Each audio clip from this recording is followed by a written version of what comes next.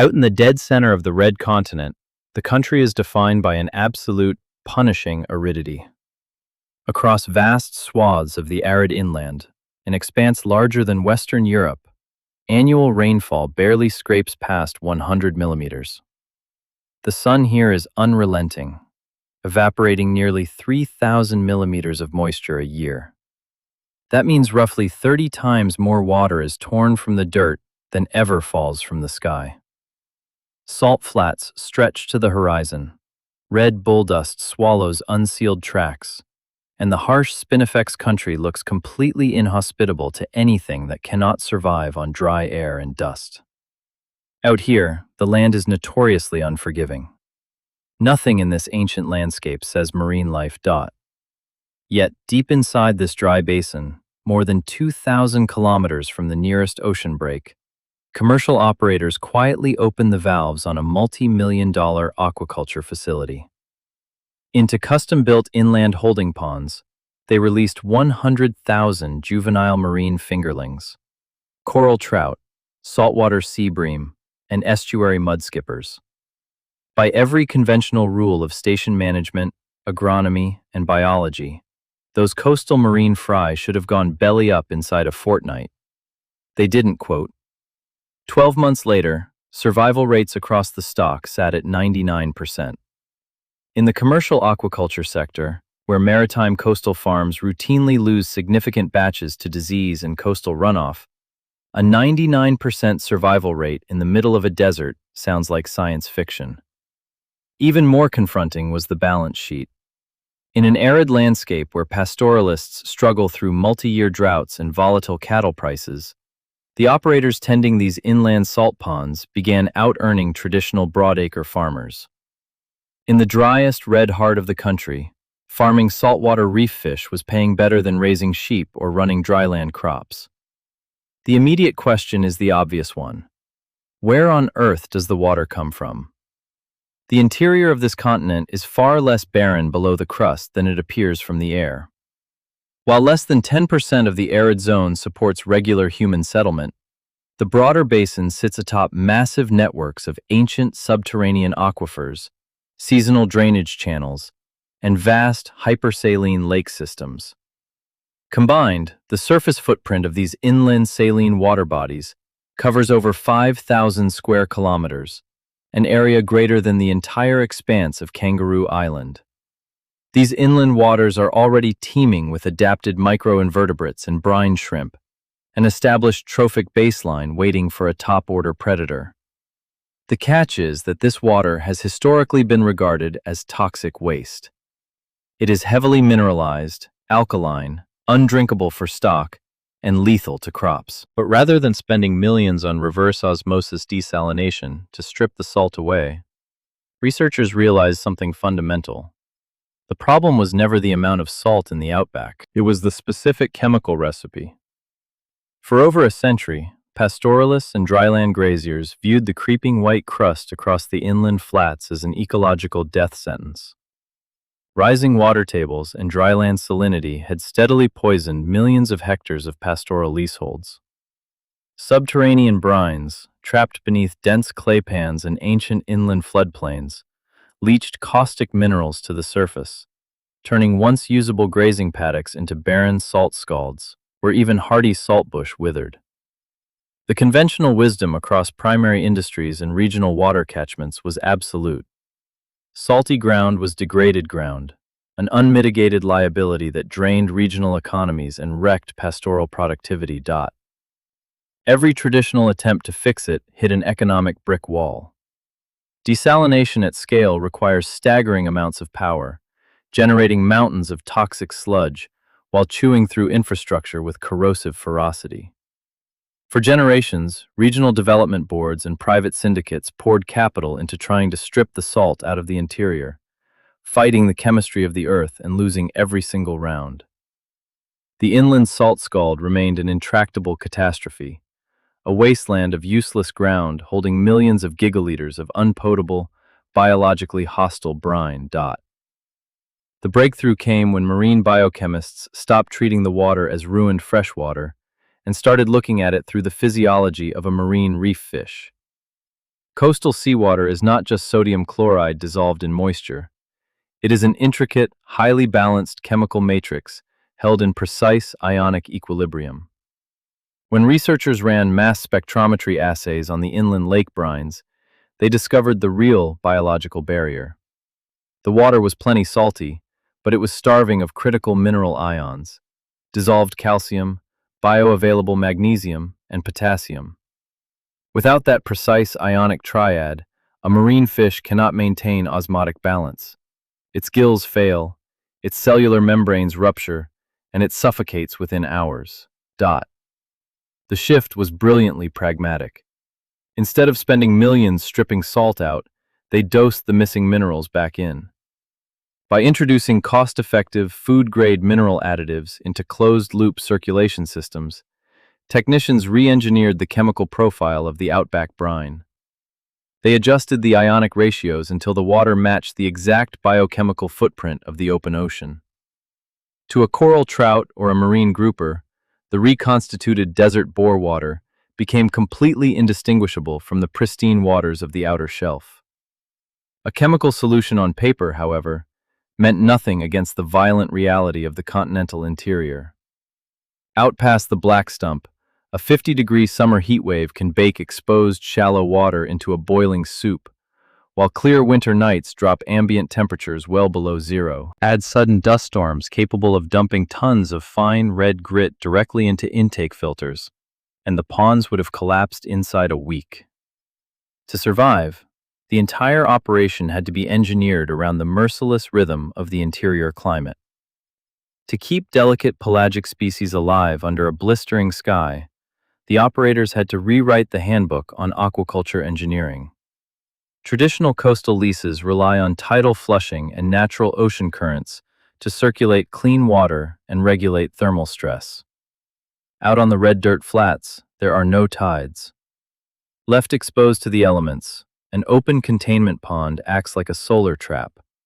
Under a fierce summer sun, water temperatures spike beyond the lethal thermal threshold of finfish, while severe dust storms choke mechanical aeration lines within minutes.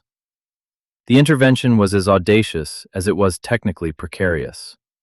Rather than relying on passive earthen dams, engineers sank millions into industrial climate automation.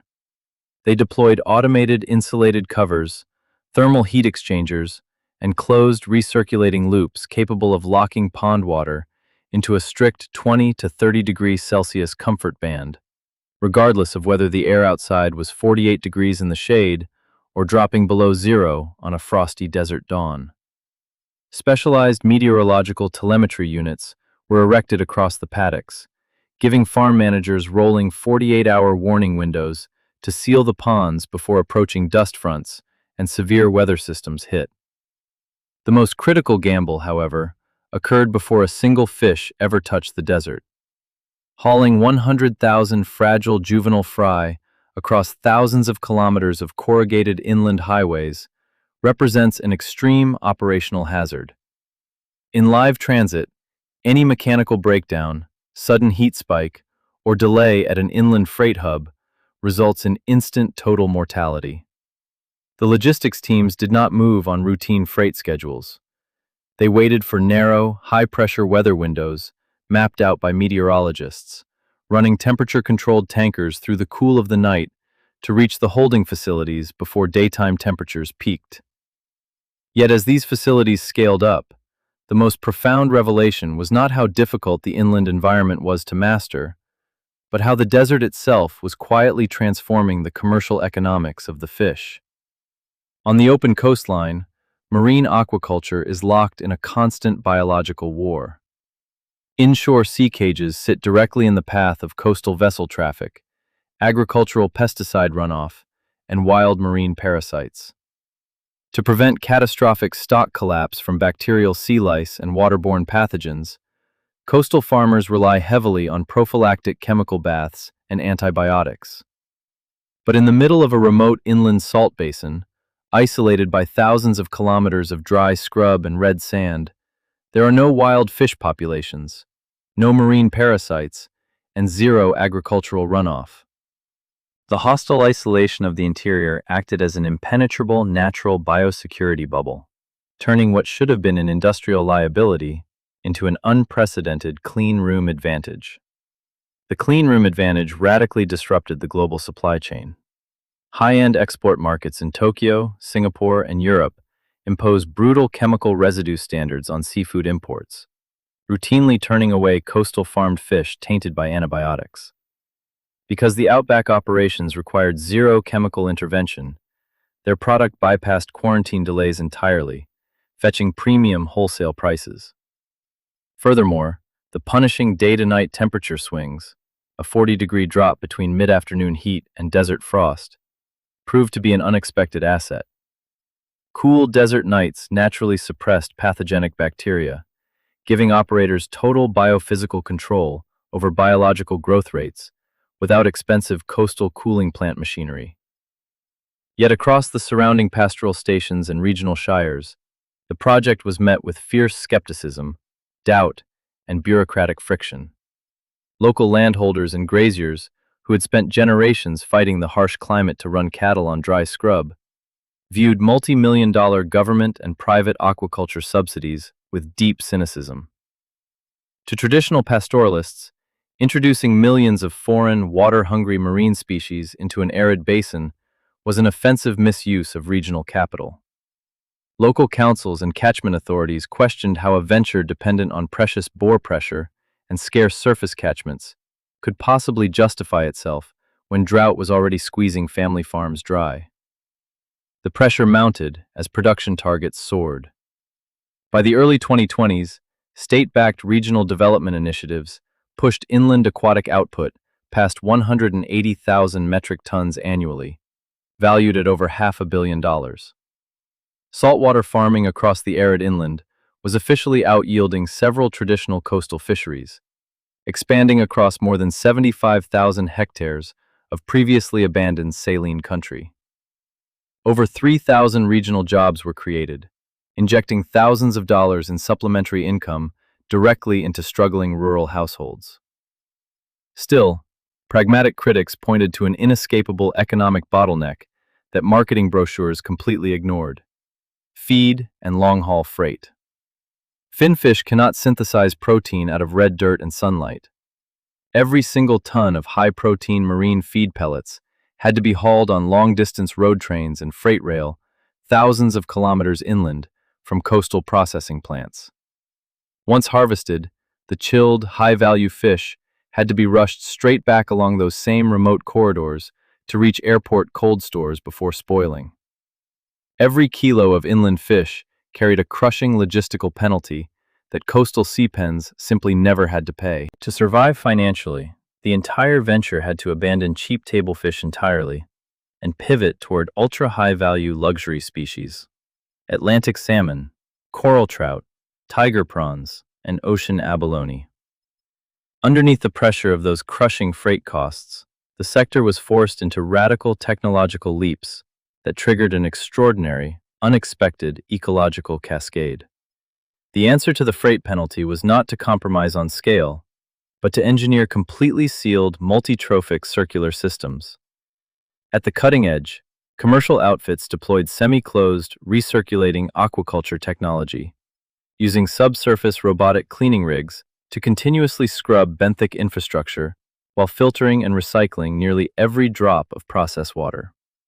Atlantic salmon were being hatched, reared, and harvested within fully enclosed climate-shielded loops, moving from inland outback tanks to metropolitan dinner plates in under 24 hours.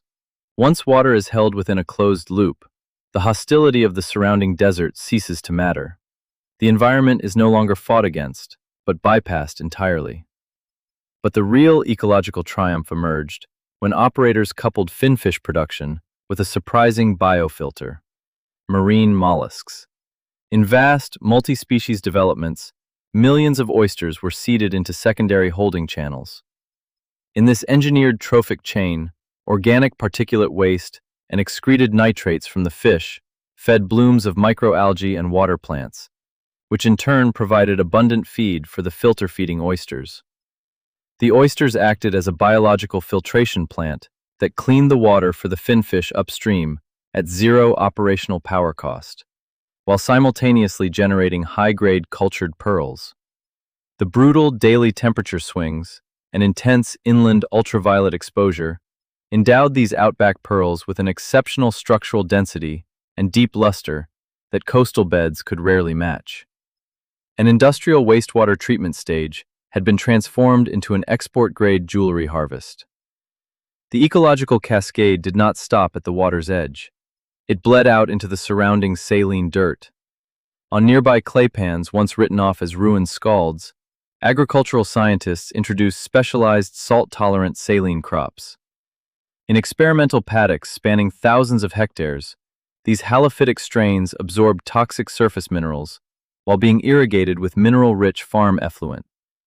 Over successive growing seasons, the crop systematically pulled caustic salts out of the topsoil, radically driving down soil salinity and restoring basic soil microbiology to ground that had been barren for generations.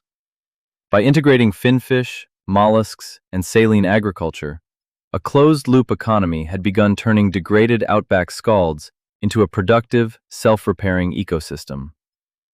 Then, just as the model seemed to reach absolute perfection, the entire continental climate engine violently shifted. Starting in the early 2020s, unseasonal, record-shattering climate events tore through the interior. Massive summer heat waves drove temperatures past 45 degrees across the inland plateaus, melting alpine snowpacks and feeding immense cyclonic rain bands that dumped torrential downpours straight onto the baked red dirt. Desert river systems broke their banks in violent flash floods, inundating hundreds of square kilometers of dry scrub, breaching boundary earthworks, and washing out remote transport arteries. Out in the paddocks, millions of gigaliters of muddy floodwater carved channels through country that had not seen surface runoff in decades. On the surface, this deluge looked like an ecological miracle, an arid basin suddenly swimming in billions of liters of unallocated water. But the hydrology of the interior is completely unsentimental. Sandy desert loam and gravel scalds cannot trap water the way deep river clays do. The immense outback evaporation rate, stripping 30 times more moisture from the ground than rain delivers, meant that within a matter of weeks, the vast sheets of surface water were sucked back into the sky, leaving behind bare dirt and bleached salt crusts. More critically, those floodwaters represented an unrecoverable drawdown of ancient glacial and alpine reserves. Once those upstream sources deplete, the rivers feeding the inland catchments will dwindle permanently. This is the ultimate truth of the desert marine miracle. Human ingenuity did not conquer the red heart of this continent. Nobody turned sand into fertile grassland. What actually happened is that scientists and engineers built high-tech, sealed biodomes that borrow the desert's extreme sunlight, intense thermal swings, and total geographic isolation, while routing entirely around its hostility. The inland fish farms are not competing with the desert itself. They are locked in a quiet, high-stakes competition for water against broadacre irrigated cotton and legacy pastoral allocations across an already over-allocated basin. The recirculating loops, the robotic scrubbers, and the pearl-filtering oyster beds keep expanding out here precisely because outback water is too precious to waste. In this uncompromising country, the water budget is the entire enterprise. It proves that with precise biochemical calibration and closed-loop engineering, even our most degraded, salt-encrusted country can produce world-class marine life, provided we respect the hard thermodynamic boundaries of the land. If this deep dive into radical ecological engineering shifted how you see the possibilities of our inland country, hit subscribe. We track down these incredible stories of science and engineering every week, right here where the impossible gets built.